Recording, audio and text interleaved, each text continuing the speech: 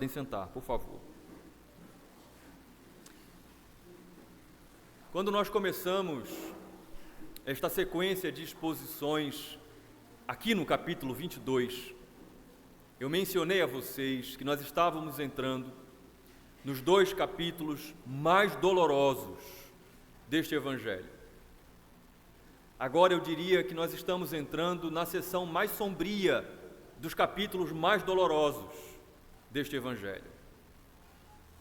Baseado nos relatos dos evangelistas Mateus, especificamente no capítulo 26, versículo 30, e Marcos, capítulo 14, versículo 16, a sequência que nós vamos começar agora a meditar, narrada pelo evangelista Lucas, ela acontece em algum momento entre o fim da celebração da última Páscoa, a primeira ceia, e a chegada de Jesus e alguns discípulos no Monte das Oliveiras. É em algum momento entre o fim da ceia, o fim da Páscoa e também a chegada no Getsemane. Na mensagem que meditaremos, o Jardim da Agonia. Se o ambiente de grande comoção, de grande espiritualidade da ceia já havia sido quebrado, como nós vimos na última exposição, por causa de uma discussão, e nós vimos que o significado dessa palavra é amor à briga, à contenda. Os discípulos procuraram saber não quem era o maior entre eles, mas quem aparentava ser o maior. Se aquela cena, aquele momento de espiritualidade da ceia já havia sido quebrado por causa dessa discussão imatura, o cenário agora fica ainda mais tenso, com uma fala pretensiosa e arrogante de um dos seus discípulos, um dos discípulos do Senhor. E como resposta a esse surto de imaturidade dos discípulos, o Senhor responde, ensinando a estes discípulos, dando a eles um novo mandamento. O evangelista João, no capítulo 13, versículo 34, registra isso. Veja a resposta do Senhor. Enquanto eles estão preocupados em saber quem aparentava ser o maior, Jesus disse: assim como eu amei vocês, também amem-se uns aos outros. Jesus disse, na verdade, no Evangelho segundo João, capítulo 13, versículo 35, que esta seria a marca distintiva dos seus discípulos, o amor mútuo, o amor que eles tivessem uns pelos outros. Ele disse: nisto vão conhecer que vocês são meus discípulos, pelo amor que vocês tiverem, demonstrarem uns pelos outros. Porém, antes disso, o Senhor prenuncia, lá ainda no Evangelho segundo João, que muito em breve ele iria para um lugar aonde eles não poderiam ir. Isso está em João capítulo 13, versículo 33. Ele disse, neste mesmo contexto: esta noite eu serei uma pedra de tropeço para vocês. O evangelista Mateus e Marcos registram isso. Mateus 26, 31 e Marcos 14, 27. Eu serei uma pedra de tropeço para vocês. As traduções mais contemporâneas, como a NVI e a NVT, traduzem ser uma pedra de tropeço para vocês mais adequadamente de acordo com o texto grego. Todos vocês me abandonarão. É isso que significa a expressão grega. Jesus diz: eu estou indo para um lugar onde vocês não podem ir, e todos vocês me abandonarão. Mas então, este discípulo, chamado Pedro, ouvindo essa fala de Jesus, ele diz: ainda que todos o abandonem, eu, diz Pedro, não o abandonarei. João 13, 37 registra a fala de Pedro. Pedro diz: eu darei a minha vida pelo Senhor.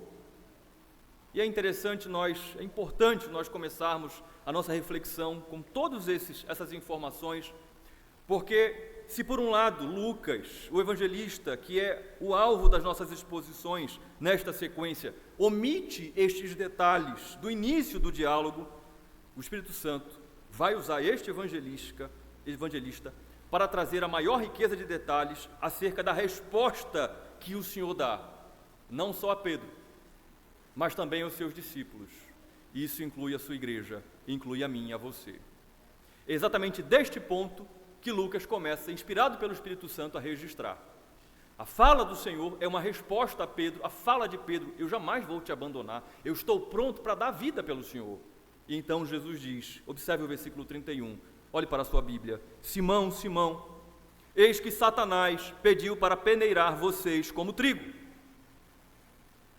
O Senhor inicia essa resposta chamando este discípulo não pelo seu nome grego, Pedro, mas pelo seu nome judeu, Simão. E é proposital o Senhor fazer isso, porque Pedro tem um significado e Simão tem outro. Simão, segundo a tradução livre, é aquele que ouve, ou ouvinte. Este discípulo parece que não está prestando atenção no que Deus está dizendo e está agindo não como uma pedra, não como Pedro, não com maturidade e firmeza. É como se Jesus estivesse dizendo: você não está atento, você não está prestando atenção em tudo que eu estou falando para você, você não está ouvindo, Simão, Simão, você não está entendendo o que está por vir, você não está sendo Pedro, não está sendo uma boa referência para os seus irmãos. E o Senhor chama a atenção de Pedro, não só chamando ele pelo seu nome judeu, mas dando uma ênfase no chamado, repetindo esse nome por 2 vezes.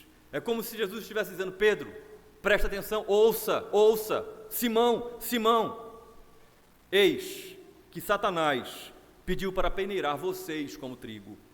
Jesus diz. As palavras do Senhor são seríssimas. Essa pequena partículazinha traduzida de 3 letras no grego e 3 letras no português, eis, é uma interjeição imperativa. Veja, Pedro, presta atenção, Simão, Simão, ouça o que eu estou dizendo a você, repare no que eu estou dizendo. Satanás, em pessoa, o adversário da sua alma, ele pediu para peneirar vocês como trigo. E o verbo pedir aqui é muito sério, porque a sua tradução direta não é simplesmente pedir, é pedir e receber o que foi pedido. É isso que significa este verbo na língua grega. Ele pediu e ele recebeu o que ele pediu, e você vai ver que isso se desenvolve ao longo do texto. Agora observe outro detalhe.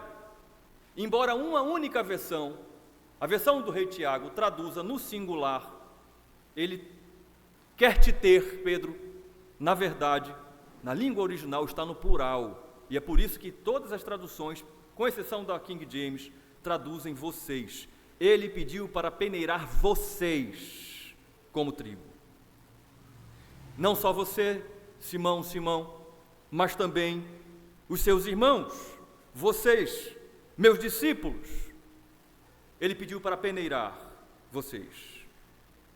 É uma cena conhecida para aqueles discípulos, porque assim era que o trigo era tratado para ser limpo. Ele era colocado numa peneira e ele era sacudido de forma rápida e com força, com o intuito de separar o trigo das impurezas, e inclusive também do joio, que aparentava ser trigo, mas não era. E os movimentos eram frenéticos, de um lado para o outro, de baixo para cima. Esta cena não é incomum para os seus ouvintes naqueles dias. Ele está dizendo: Satanás quer fazer isso com você e com seus irmãos, com todos os seus discípulos. Ele está pedindo permissão para isso, mas ele não pode fazer a menos que lhe seja permitido. Ele pediu essa permissão. E se você, como eu, tem familiaridade com a Bíblia, você vai observar que essa cena, essa fala do Senhor, remete imediatamente ao que nós já vimos acontecer no Antigo Testamento com uma personagem muito específica chamada Jó. Quando é concedida a permissão a Satanás para perturbá-lo até a alma, porém não matá-lo, lembram? E então eu quero fazer aqui algumas observações para você que está ouvindo o Evangelho nessa noite. Porque eu já mencionei aqui, tanto nas exposições no domingo, no Evangelho segundo Lucas, como também nas quintas-feiras em Romanos, que uma das maneiras mais fáceis de se entregar uma guerra, uma das maneiras mais fáceis de você perder uma batalha, é você subestimar um adversário. É você achar que este adversário, ele não é tão forte ou mesmo tão ameaçador como as pessoas falam que ele é. E alguns cristãos, alguns crentes de tradição reformada, com o intuito de não serem confundidos com os nossos irmãos pentecostais, ou ainda não serem tidos como imaturos, desconsideram todo e qualquer tipo de batalha espiritual enfrentado por todo crente que busca ser fiel. Alguns chegam a dizer, abertamente, eu já falei isso, pessoas midiáticas, teólogos midiáticos, que a única batalha espiritual que existe é para a salvação. Depois de operada a salvação pelo Espírito Santo no coração do crente, não tem mais batalha espiritual. Isso não é verdade. Aqui, mais uma vez, o Evangelho está nos dizendo que existe sim, na vida do crente, da crente, uma batalha espiritual. Aqui, de modo muito especial, nessa noite, o Evangelho está nos dizendo, através do nosso Senhor, que Satanás estava pedindo permissão para atribular os primeiros pastores da igreja. E é interessante que a Nova Versão Transformadora, além dela colocar no plural, ela traduz interpretando, ele está pedindo para peneirar cada um de vocês. E então, irmãos, nós temos que tomar uma decisão pessoal. A partir do Evangelho, nós temos que decidir no que nós cremos.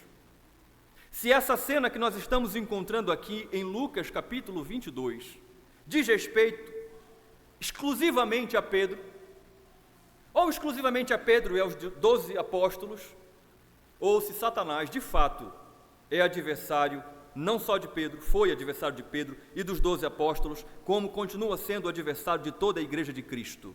E aí eu quero agora voltar lá para trás, incluindo Jó. Nós precisamos definir.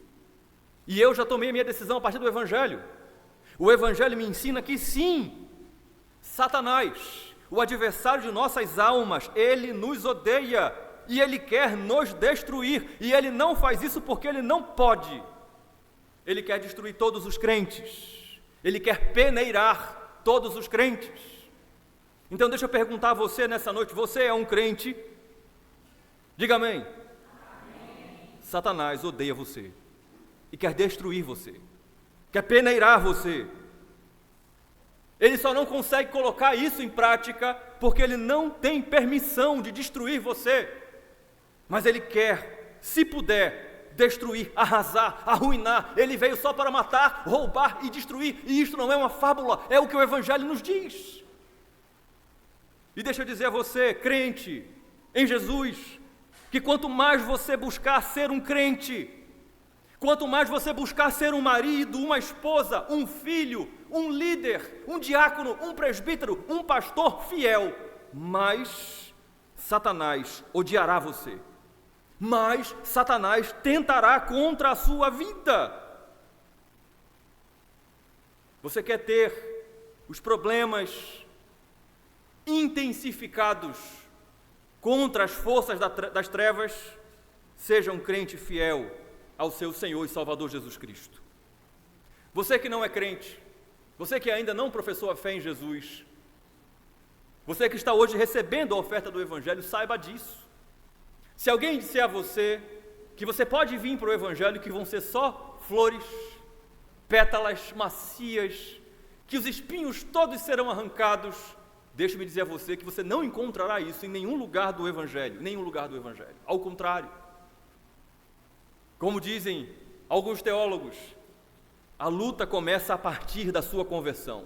Você vai ver o que é batalha espiritual, o que é guerra contra as forças das trevas.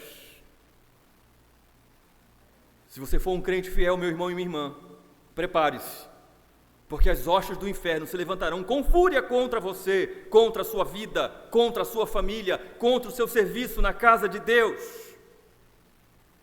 Mas se você quiser viver uma vida de relativa, de falsa tranquilidade, é simples. Eu vou lhe dar então a fórmula maldita: não ore. É só você não orar. Não leia a Bíblia. Não evangelize. Não fale do Evangelho para as pessoas, o puro Evangelho bíblico. Não faça isso. Não adore a Deus em todas as áreas da sua vida. Não se consagre em vida de santidade diante de Deus. Não faça isso. E então você não vai ter problema com o diabo. Contra as pessoas que agem assim, Satanás não precisa investir. Sabe por quê? Porque já são aliados e aliadas dele na rebeldia contra Deus. Ora, Deus diz: orem sem cessar. Se eu não oro, eu estou me rebelando contra Deus. Se o Senhor fala que eu devo conhecê-lo, vocês erram por não conhecer a Escritura e nem o poder de Deus. Se eu sou exortado pela Escritura a conhecer a Deus e as suas obras pela palavra, e eu não faço isso, eu estou me rebelando contra Ele. Se eu não falo do seu amor e da sua justiça, eu estou me rebelando contra Deus. Se eu não vivo uma vida de santidade, me consagrando em tudo que eu faço, eu estou me rebelando contra Deus, e contra Satanás não precisa investir. E muitos crentes, e eu espero que esse não seja o meu e o seu caso, têm preferido não ter problemas com as forças das trevas, sendo um crente, uma crente infiel. Mas aqueles que querem viver o evangelho bíblico, esses são de fato inimigos de Satanás. Quando um crente, uma crente, não importa quem você seja, o tempo que você tenha de evangelho, não importa a sua condição social, o quanto você sabe da Bíblia, não importa. Se o que você conhece do evangelho você busca viver fielmente, se esforça por isso, há um alvo nas suas costas do inferno contra você. Satanás quer peneirar você. Satanás odeia a igreja do Senhor. Na verdade, Satanás odeia toda a criação de Deus, toda a criação, mas de modo muito especial aqueles que Deus ama. Quem Deus ama, Satanás odeia com todas as suas forças. Ele quer permissão para perseguir, para atormentar, feroz e violentamente estes crentes, que aqui, por coincidência, os primeiros pastores da igreja, e ele recebe essa permissão de atribulá-los, de saculejá-los. A tribulação está vindo, começará com o martírio do nosso Senhor e não passará. Todos, inclusive João, que embora não morra por assassinato, vai terminar os seus dias preso numa ilha chamada Pátimos. Todos os outros foram mortos brutalmente. Entretanto, nós vamos ver, especialmente na próxima exposição, na segunda parte dessa mensagem, que assim como aconteceu no caso de Jó, Satanás recebe sim permissão, mas para uma coisa: para ser instrumento de trabalho nas mãos de Deus, para aperfeiçoar Pedro, como ele aperfeiçoou Jó. Eu antes te conhecia de ouvir falar, mas agora os meus olhos te veem. Na segunda parte dessa mensagem ouviremos o que Deus fez na vida deste servo dele, chamado Simão, chamado Pedro. Mas veja o versículo 32, a primeira parte. Eu, porém, orei por você, para que a sua fé não desfaleça. Observe, Jesus não diz, eu neguei. Satanás pediu para peneirar vocês, mas eu neguei. Ele não diz isso. Ele diz que orou. Mas aqui nós não podemos cometer o erro de achar que nós estamos servindo a um Cristo impotente. Do tipo, eu não pude impedir que ele fizesse o que ele está para fazer. A única coisa que me coube foi orar. Não. Jesus aqui está, de modo soberano, apenas enfatizando aquilo que ele quer enfatizar. É por isso que ele diz, eu orei. A maioria das traduções de vocês, a revista é atualizada, roguei por você. O verbo é suplicar, mas não é uma súplica dirigida a qualquer pessoa. O verbo aqui é uma súplica dirigida a Deus com um pedido solene por algo indispensável, por algo necessário. Eu roguei por você. Observe, apesar da arrogância desse discípulo chamado Pedro, Cristo graciosamente intercede por esta ovelha em particular, e aqui está no singular mesmo, eu orei por você. E é uma intenção específica do Espírito Santo usando Lucas para descrever essa intercessão direta Quem foi que abriu a boca e falou com Cristo? Quem disse, eu estou pronto para morrer pelo Senhor? Foi Pedro. Pois agora Cristo sai da generalidade e se dirige especificamente a Pedro. Mas nós não devemos pensar que essa intercessão, que esta súplica, este pedido solene por algo indispensável é dirigido exclusivamente apenas a Pedro. Não devemos pensar isso. Porque naquela mesma noite, o Senhor já havia deixado claro, e está registrado em João capítulo 17, que a sua intercessão não era apenas por Pedro, que a sua intercessão não era apenas por aqueles discípulos, pelos 12. A sua intercessão era por toda a sua igreja. João 17, 20, ele disse na sua oração sacerdotal, eu não peço somente por estes, mas também por aqueles que vierem a crer em mim, por meio da palavra que eles falarem. Nunca é demais lembrar, no seu ministério terreno, aqui, Cristo estava intercedendo por mim e por você. Quantos podem dizer amém por isso? Amém. E essa oração, essa intercessão, esse rogo, é tão contínua e poderosa e intencional para com todos aqueles que foram alvos da sua misericórdia, que ela não é apenas momentânea, temporária, mas ela é permanente. O autor aos Hebreus registra isso no capítulo 7, versículos 24 e 25. Jesus, no entanto, porque continua para sempre, tem o seu sacerdócio imutável. Versículo 25, por isso também pôde salvar totalmente os que por ele se aproximam de Deus, vivendo sempre para interceder por eles. Na verdade, o próprio Deus faz questão de mostrar, de revelar, deixar claro que essa intercessão é por todo o seu povo e que toda a Trindade está envolvida nesse cuidado intercessório em favor de cada crente. Preste muita atenção. Daqui a pouco estaremos chegando nesses dois versículos, estamos nas quintas-feiras no capítulo 8 de Romanos. No versículo 26, o Espírito Santo usa o apóstolo Paulo para dizer que da mesma maneira também o Espírito nos ajuda em nossa fraqueza, porque não sabemos orar como convém, mas o próprio Espírito intercede por nós com gemidos inexprimíveis. E no mesmo capítulo 8, agora ao invés do versículo 26 de Romanos, versículo 34, é dito, quem os condenará? É Cristo Jesus quem morreu, ou melhor, quem ressuscitou, o qual está à direita de Deus, e também intercede por nós.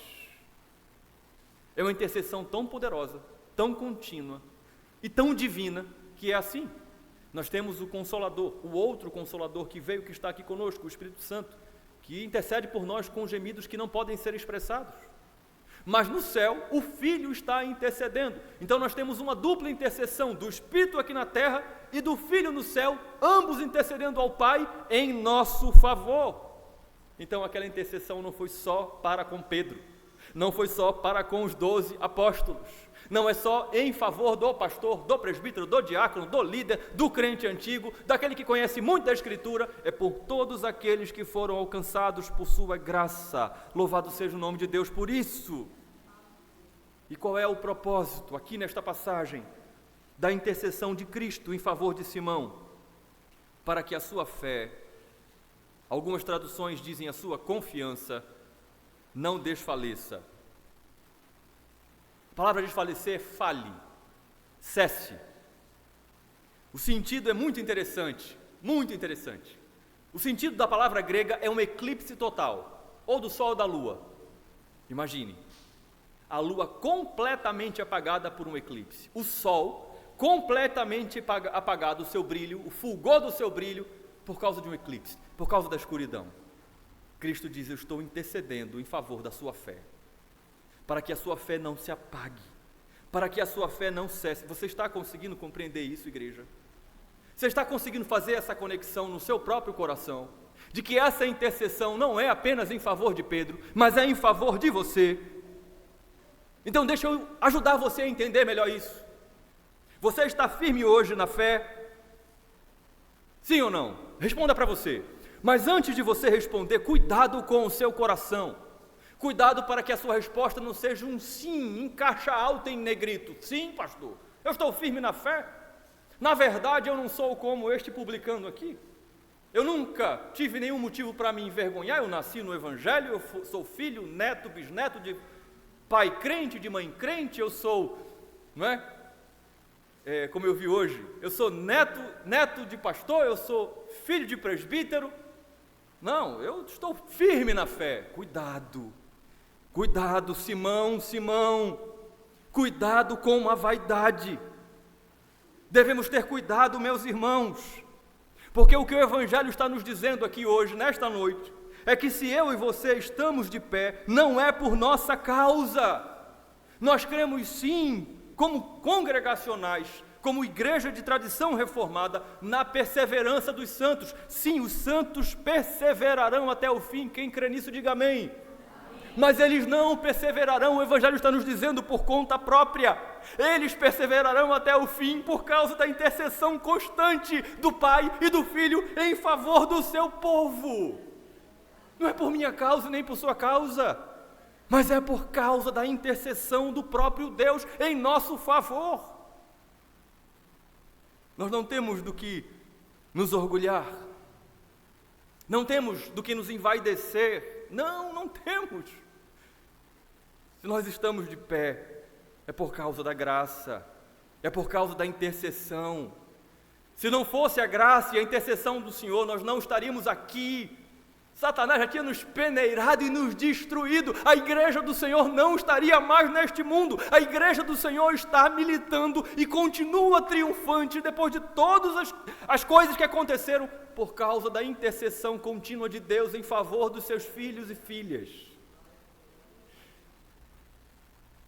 E você, diz a segunda parte do versículo 32, quando voltar para mim, fortaleça os seus irmãos. Quando voltar para mim. Algumas traduções, a revista é atualizada em uma delas, quando você se converter. Mas atenção, o verbo grego não tem a ver com metanoia, não é o mesmo verbo. O verbo é retornar. Inclusive o próprio tempo, porque existem algumas variações do tempo verbal. O tempo verbal aqui, intransitivo, é retornar. É voltar a um estado, a um modo de vida anterior. É diferente de se converter como nós estamos acostumados a ver a partir da língua grega. Observe. Jesus está dizendo, Pedro, você vai se desviar. Imagina, você vai se desviar, mas você vai retornar. E por que você vai retornar? No início do versículo, por causa da eficaz intercessão de Cristo em favor daqueles que são seus. Você está compreendendo o que o Evangelho está dizendo?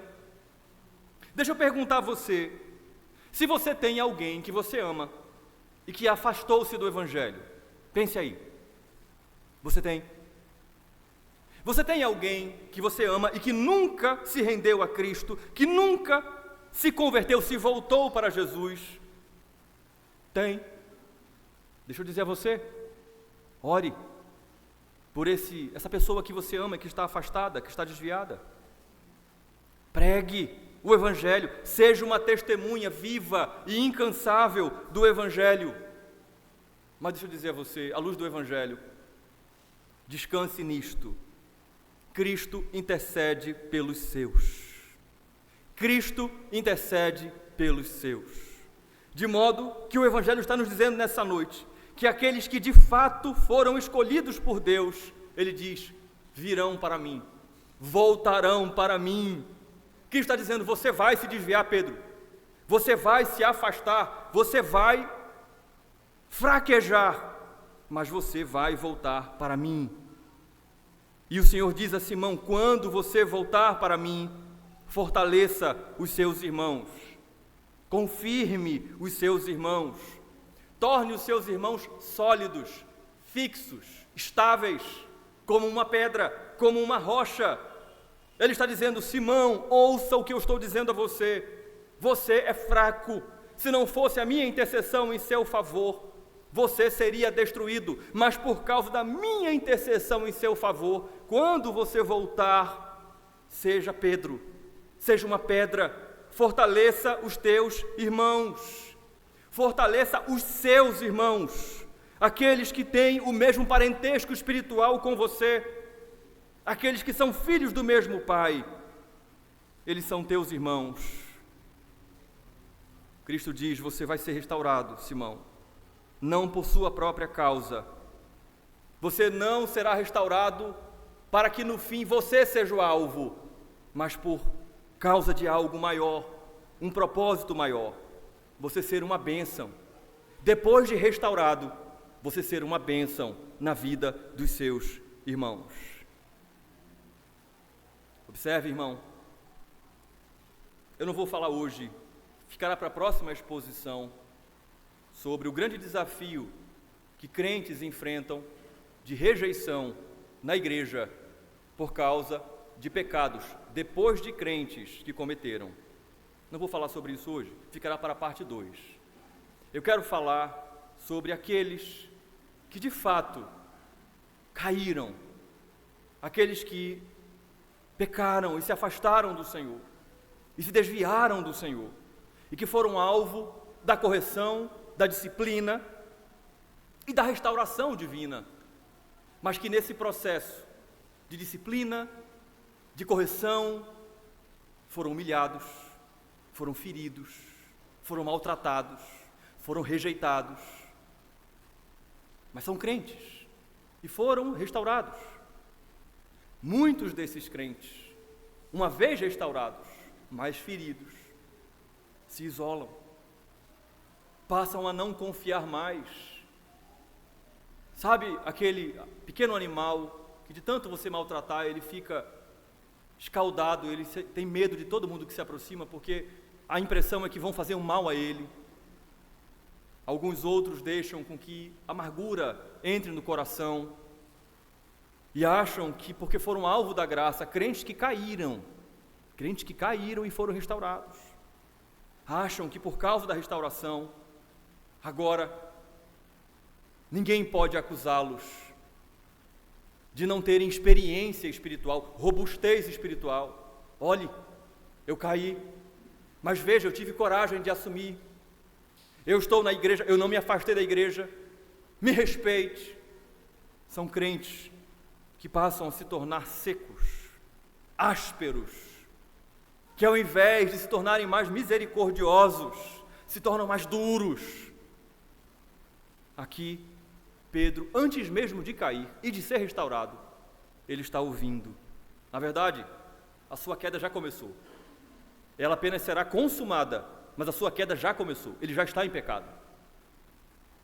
As vias de fato serão apenas consequência daquilo que já está no seu coração.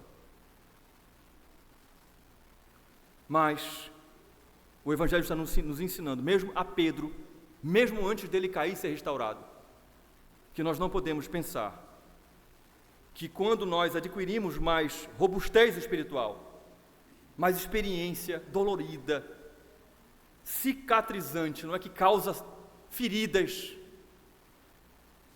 quando nós adquirimos essa robustez, nessas experiências amargas com o pecado, nós temos o direito de agora ferir os outros. Não. As nossas dores, as nossas amarguras por causa do pecado devem nos tornar mais doces, mais misericordiosos com aqueles que sofrem conosco, que sofrem como nós sofremos quando nós tivemos consciência do nosso pecado. Quando nós alcançamos a graça do arrependimento, nós devemos ser misericordiosos, doces. Nós devemos ser instrumento de conforto e de consolo e de encorajamento para aqueles que estão arrependidos. Mas, apesar de todas essas palavras, parece que Pedro está duro, ele está inflexível, ele não está conseguindo ter a maleabilidade para ouvir a voz de Deus. Parece que Simão não foi um bom ouvinte, ele não conseguiu ainda entender nada do que o Senhor acabou de falar. E ele diz no versículo 33, porém Pedro respondeu, estou pronto para ir com o Senhor, tanto para a prisão como para a morte. Parece que Pedro Parece que Simão está surdo. Nitidamente, Simão estava cheio de si mesmo, cheio de arrogância, cheio de vaidade, à semelhança de Jó. E Simão deveria ter olhado para o Antigo Testamento e deveria ter ouvido o conselho de Deus através de Elifaz, um dos amigos de Jó, capítulo 15, versículo 31, que ele não confie na vaidade, enganando a si mesmo, porque a vaidade será a sua recompensa. Mas Pedro não ouviu, Simão não está ouvindo, e ele está desrespeitando o próprio Deus. Perceba o que Pedro estava achando, que Deus, o Senhor Jesus Cristo, estava errado acerca daquilo que ele estava falando sobre o futuro, porque Jesus acabou de dizer a ele o que iria acontecer. Ele diz, não é isso que vai acontecer não, eu estou pronto para outra realidade, diferente desta. Será que Pedro está achando que ele se conhecia melhor do que aquele que o criou, que o viu quando ele ainda era uma substância informe? Pedro diz, com todas as letras, eu estou pronto. E a palavra grega é preparado. E o sentido é, eu estou pronto, eu estou em condições, eu estou a postos para qualquer coisa que vier. Tanto de modo imediato como de modo progressivo. Ou seja, Pedro está dizendo aqui, quando ele fala que está pronto, eu estou pronto para o que der e para o que vier. Pedro está convencido, ele está enganado, mas ele está convencido de que ele está bem e que ele está pronto para o que der e para o que vier. Ele está pronto para a prisão ou até mesmo entregar a sua vida em favor do Senhor. Mas Simão não estava ouvindo, não estava prestando atenção, nem no que Jesus estava dizendo e nem no que ele mesmo estava dizendo. E Pedro precisava ser tratado, precisava ser moldado, ele precisava ser lapidado. Cristo o vocacionou, o chamou Pedro em pessoa, pelo nome, vem que eu vou te fazer pescador de homens. Só que ele não estava ainda pronto, ele precisava ser quebrado. O orgulho de Pedro, a vaidade de Pedro precisavam ser esmagadas. O vaso ainda não estava pronto, exatamente como Jeremias 18,4 diz, como o vaso que o oleiro fazia de barro se estragou nas suas mãos, ele tornou a fazer dele outro vaso, segundo bem lhe pareceu. O vaso precisava ser quebrado, e o vaso, Pedro, foi quebrado, foi quebrado, e ele foi refeito novamente, e ele ficou exatamente como o oleiro queria que ele ficasse, imperfeito. Gálatas 2, falaremos sobre isso mais na próxima exposição, na parte 2, daqui a 3 semanas. Gálatas 2 nos diz que ele precisou ser repreendido, tornou-se repreensível. O Pedro que será refeito nas mãos do oleiro, ele continuou sendo imperfeito, repreensível, não impecável, mas foi feito novamente.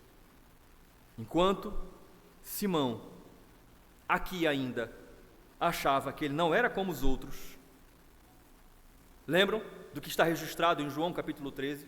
Olha, todos podem te negar, te abandonar, olhar no Senhor uma pedra de tropeço. Eu não sou como os outros. Eu não. Enquanto ele continuava com esta ideia fixa de que não abandonaria, que estava inclusive pronto para morrer, o Senhor chama ele à realidade, versículo 34. Mas Jesus lhe disse, eu lhe digo, Pedro, que hoje, antes que o galo cante, você negará 3 vezes que me conhece. Simão seria sacudido como trigo. Ele cairia. E a queda dele não seria uma impressão. Eu acho que Pedro pecou. Não.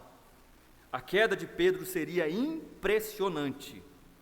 A queda de Pedro não seria acidental, escorreguei. Seria uma queda assintosa, proposital. Ele negaria nosso Senhor 3 vezes num espaço curto de tempo.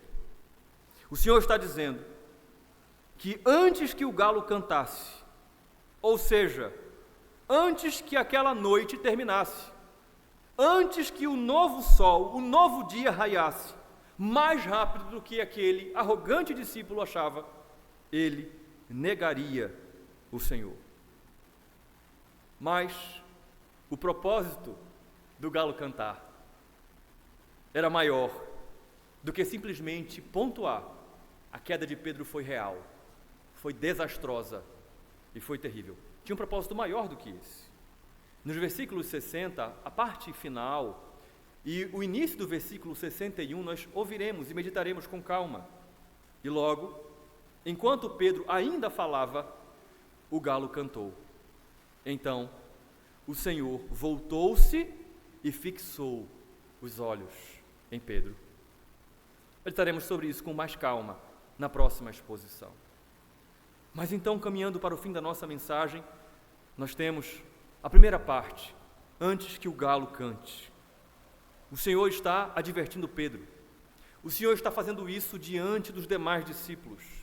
Isso está registrado pelo Espírito Santo através dos evangelistas para a minha e para a sua instrução, ou seja, o Senhor está chamando a nossa atenção, está nos advertindo, está nos chamando à reflexão acerca destas verdades.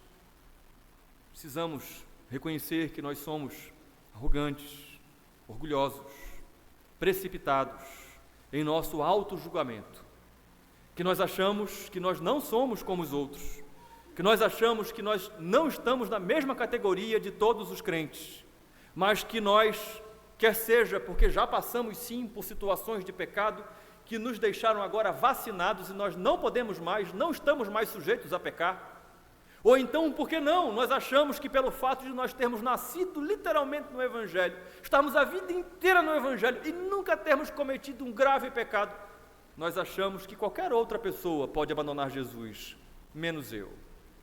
O Senhor está chamando a nossa atenção para que nós reflitamos sobre esta dura realidade antes que o galo cante. Que nós reflitamos que se nós estamos de pé aqui, quer seja restaurados de um grave pecado, quer seja de pé sem nunca ter cometido um grave pecado. Você conhece algum crente que você diz assim: esse aí nunca cometeu um pecado? Eu conheço um, que de vez em quando eu brinco com ele, e é um pastor. Isso o senhor não tem pecado.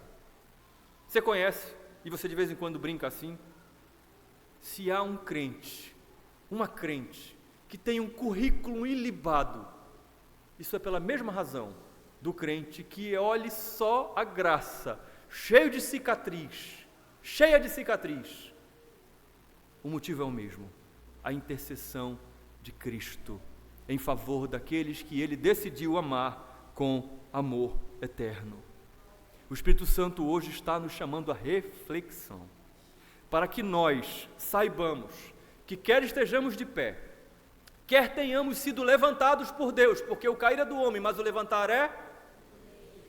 Nós estamos aqui para fortalecermos-nos uns aos outros, para ser um referencial de humildade, de graça, de encorajamento, um referencial de acolhimento, repito, para aqueles que estão arrependidos, para aqueles que reconhecem os seus pecados, colocam as suas armas e dizem: eu não vou lutar contra Cristo, eu reconheço os meus pecados.